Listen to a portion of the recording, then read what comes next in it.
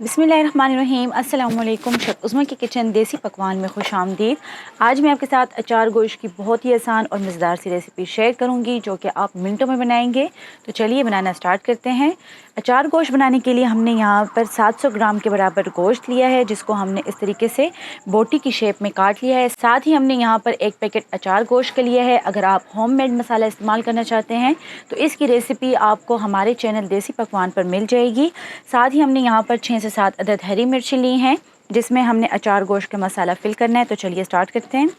सबसे पहले हम यहाँ पर मिर्ची लेंगे। मिर्ची आपको जितनी बड़ी और मोटी मिले उतना ही बेहतर होगा। अभी मेरे पास यही अवेलेबल थी, इसलिए हम इसी से बनाएंगे। इस तरीके से हमने इसमें कट्स लगा लेने हैं और ये जो स्टार्ट का इसका जो ये पार्ट होता है इसको हमने हटाना नहीं है।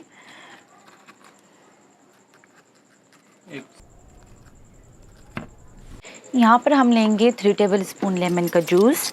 इसमें हम डालेंगे 1 टेबल स्पून अचार गोश्त का मसाला। फिर इसको हमने अच्छी तरह से मिक्स कर लेना है। आप चाहें तो इसमें सिरका भी ऐड कर सकते हैं। लेमन जूस ज़्यादा अच्छा रहेगा क्योंकि हमने जो मसाला है इसका हमने पेस्ट बनाना है। मिर्चों में हमने इसकी फिलिंग करनी है, इसलिए इसको पेस्ट बनाना ज़रूरी है। पेस्ट हमने रेडी कर लिया है। अब हम इसको मिर्चों में फिल करेंगे।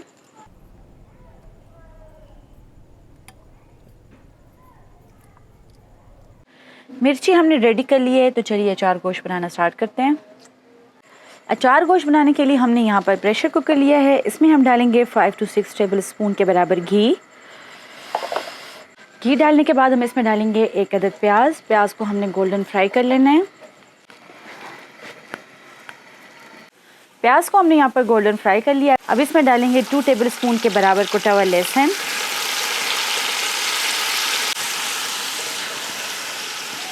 लहसुन की खुशबू आने लगी है। अब हम इसमें डालेंगे गोश्त।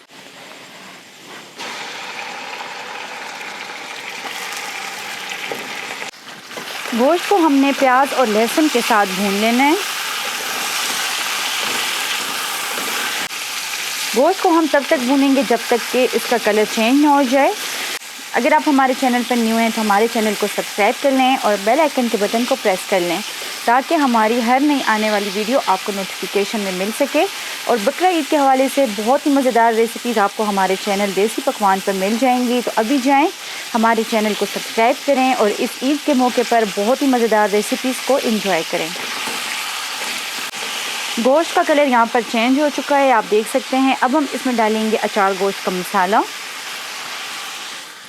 मसाला डालने के बाद हम इसको 1 मिनट तक भून लेंगे।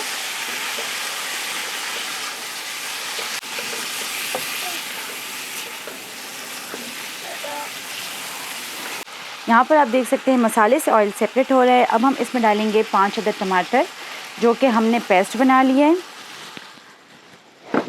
साथ ही हम डालेंगे 1/2 कप के बराबर दही और हाई फ्लेम पर हमने इसका पानी खुश्क करके गोश्त के साथ भून लेना है।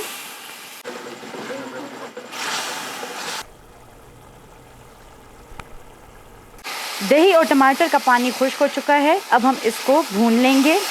यहाँ पर आप देख सकते हैं इसको हमने 2 से 3 मिनट तक भून लिया है। ऑयल इससे सेपरेट हो चुका है। अब हम इसमें पानी डालेंगे। पानी हमने गोश्त के हिसाब से डालना है कि गोश्त गलने में कितना टाइम लेगा, इसलिए मैं इसमें डालूँगी 1.5 गिलास के बराबर पानी। आप अपने हिसाब से डाल सकते हैं कि कितने टाइम में गोश्त गलता है, इस हिसाब से आप इसमें पानी ऐड कर लें। 1.5 गिलास के बराबर हम यहाँ पर पानी ऐड करेंगे और इसको कवर करके रख देंगे 15 मिनट के लिए। प्रेशर डाउन हो गया है। अब हम इसको खोलकर चेक कर लेते हैं।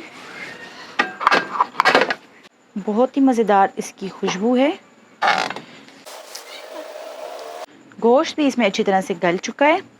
एक बार फिर से फ्लेम ऑन करेंगे।